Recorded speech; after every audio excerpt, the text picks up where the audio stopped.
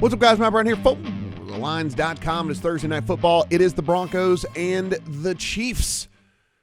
Yeah, it's a game. It's going to happen. We're going to have to figure out if there's any way to bet this thing. If you haven't already, everything we do absolutely free. Hit that subscribe button. Give us a thumbs up, and then make some sense of this game in the comment section. What makes sense to you? What are you going to do?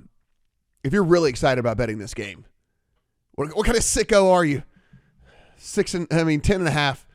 As we see right here, in favor of the Chiefs at home against this Broncos team that has been just absolutely atrocious. You can actually see as we scroll over, an 11 has already popped over here at DraftKings. So money already coming in on the Chiefs. We can see the total sitting anywhere 47.5. I think it's like this is the last 47.5 that's left out there over at FanDuel. The big story heading into this one is, of course, Travis Kelce. Travis Kelce is, look, if you were watching the game, I'm sure you thought the same thing I did. I was sitting there watching the game. He goes down. He grabs at the back of his leg, and I'm sitting there thinking, all right, well, that's it. Travis Kelce, great. Another one bites the dust so far this year, Well, wasn't the case, and it was just an ankle sprain, not even a bad one, not the high ankle sprain version, the low ankle sprain version, which are the ones that you can actually come back from quickly. It is a short week for Kansas City, but all indications are that he's going to at least try to give it a go. Officially, he's going to go and warm up and then make a call whenever he's out on the field. So that's what we're really looking at here from an injury standpoint, because Travis Kelce, obviously one of the most important players in all the NFL to his team. Then the other side of things, and I'll scroll down to the matchup. The other part of this is the weather, and it's our first weather game of the year. And if you believe what the people are saying, I'm not a meteorologist. Don't blame me if this doesn't happen.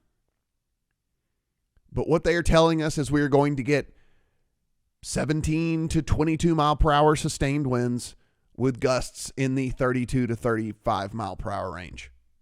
Don't shoot the messenger. I've never been to a single second of weatherman school. I can't. All I can do is tell you what they're telling me. If that's the case, you guys know I hate trends. I think trends are the worst. But weather stuff is okay, because weather stuff is not year to year and team to team and player to player and coach to coach and all the things like that. When we look at these 30-year trends for teams where they've had 14 different quarterbacks and 9 different head coaches, it's like, what are we doing here? But weather stuff is not team specific. It's not player specific. It's not coach specific. Any of that stuff. It's not scheme specific. Weather stuff does carry over. And historically, we have seen scoring drastically drop off if these conditions actually do play out tonight in Kansas City. So this was kind of predicted earlier in the week. I put in an under ticket. I didn't get the best of the number. By the way, this opened at 51. So there were 51s out there. I caught it at 49. There's still a 47.5. 47s are still very available, and I would still only play the under in a game like this. And I think that there's a couple of reasons outside of just the weather angle that we would be looking to play the under. First of all, yes, the weather angle, we know historically, again, suppresses scoring. Harder to pass, harder to kick field goals, et cetera, et cetera. Messes with punts, shorter fields, whatever. But you have the Kelce angle. Kelce, if he even plays, which again, it seems like he's going to, he will get the quick hook for sure in this. They play in 10 days. You want to give him all that time to rest. And also that game in 10 days is against the Chargers. And a very important game for this team. Then you also look at the pace of play for Kansas City, who in a situation neutral standpoint is the 9th fastest team in the NFL. If you look and factor out and you start to factor in when they are up in games, which we would assume that they would be against a very, very poor defense that Denver's bringing to the table here. Almost dead last in every single advanced statistical category out there. Dead last DVOA, dead last defensive EPA, 31st rush defense EPA, 31st rush defense DVOA, 32nd pass defense EPA. So, I mean, you get the point. Kansas City actually slows it down a ton when they get up like double digits in games. That pace falls from 9th all the way down to into the 20s, into like the high 20s, like 27, 28. They play more methodically. Andy Reid is fine. Andy Reid doesn't care about your big ticket, your big spread cover. Andy Reid just wants to get out of there with a win. He doesn't want to waste any more of his good plays. And he's okay with just getting a win.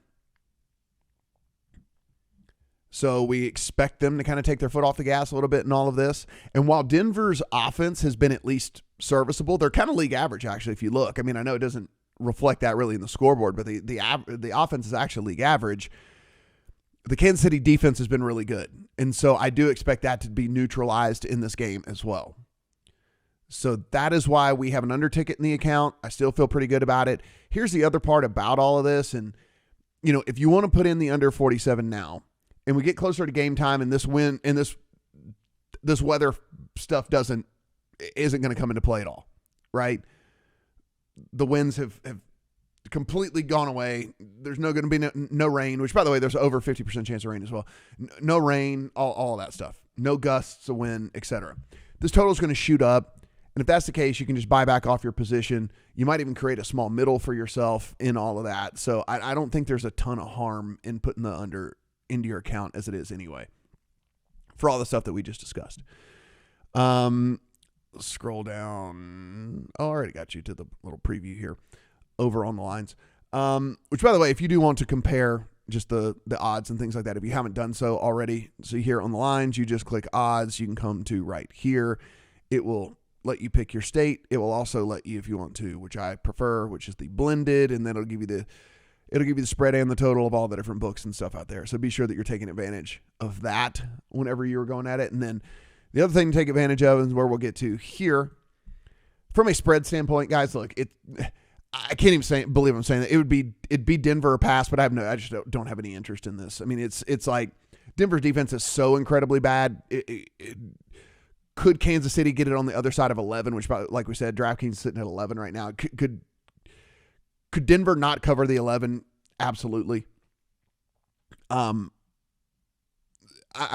it would be Denver or pass for me on a side perspective, but it's just not anything that I'm interested in this one. With the defense that's so incredibly bad and can't stop anybody, it's just the range of outcomes is so wide. I mean, typically, if I think a game is going to play under, you would be taking the points, nearly every single time, but could Kansas City win this thing? Could they win this thing 27-10? Absolutely. I mean, like, they could all day long. So, not going to go there in this one. But what I was saying is, head to the line. If you head over here to the homepage, props tool right there. And so what we're looking at from a props tool standpoint, right, is like we're trying to figure out, where would we find some value in a game in which if we think it could play under, right? So that's kind of one of the things that we're trying to figure out. What game state, if this is under, what game state does this really work for us? And so for me, the first person I'm heading to, obviously, is the guy that we're talking about that even if he does play, is going to be playing injured, and that's Travis Kelce, right? So we can see there's a 67.5 down here. I mean, we'd play the 66 and play the less juice, but I'm taking under on the receiving yards. I'm playing under on the receptions at 6.5, all of that for Kelce. He's the first guy that's going to hit the sidelines if this game does get out of hand. Also, and we hope not, right? But there's a re-injury factor. He could go out there and say, yeah, man, I'm good to go. Let's play. And he runs 8 routes. Something feels weird. And then he's back, and then they sit him out because it just doesn't make a ton of sense to play Travis Kelce in a game against a team that you should handily beat with or without him, right? So there's a pretty big reason to play the unders on Kelce this week, in my personal opinion. Yards and receptions, I'll have both in the account. based upon everything that we said. Plus, like I said, look, if this wind thing, if the weather thing does play out, it's going to be harder to move the ball. It's going to be harder to pass the ball, all those different little things. So tons of reasons to go the under on that with the Kelce side of everything. I think the other one that is at least fairly interesting, and I know that we think that this game could get out of hand in favor of the Chiefs, but at least it won't, at least for a little bit. At least at the beginning. And the Chiefs actually played, curiously, some closer games than you would think for the majority of games, right? I mean, it's one of those deals where you see the Chiefs offense and it's like, it's not like a top 5 unit anymore. It's more like a top 12 unit, right? And so with that, you kind of see some of these games maybe lingering a little bit longer. And so Javonte Williams was full practice, not even on the injury report for Denver this week. And while the Chiefs defense has been really, really good, the rush defense has been worse than the pass defense. And so when we're looking at a number that's as small as 34.5, 35.5 for Javonte Williams, and you have to assume Sean Payton is at least going to try to run the ball. It's at least going to try to keep Patrick Mahomes and them off the field. And again, if we factor in this weather thing and that does end up taking over kind of the conditions out there, well, then teams are going to have to run the ball a little bit more. So I think there's a lot of things pointing towards this for Javonte Williams. And so for me, I'm going to hold my nose, put in a small-ish Javonte Williams over on his rushing yards as well. It's such a low total here. I think the weather, I think the game state, and I think the game theory aspect of it from Sean Payton should come into play as far as how to maybe deal with this Kansas City team and what their best chance at securing a win would be. And I don't think getting in a shootout with Patrick Mahomes is the best way to go about that. So running the ball a little bit more, Javonte Williams over on his prop as well. Guys, everything we do at the lines, absolutely free, and including this up here in the right-hand corner, which is the little Discord. You click that button, it will take you to the Discord channel in which you can get in there and talk this game all the way up until kickoff. Hell, you can talk it through the game if you want to. There'll be some sickos in there who are giving play-by-plays and things like that, so you can do that too. Not the most appealing game, not the greatest game to bet, but again, I think if we get an under ticket in, we can feel at least fairly confident given the stuff. And I do like the unders on Kelce a little bit more than I even like the over on Javonte Williams, but that'll be in there as well. Hopefully win more than we lose tonight. Good luck on all your bets here on Thursday Night Football.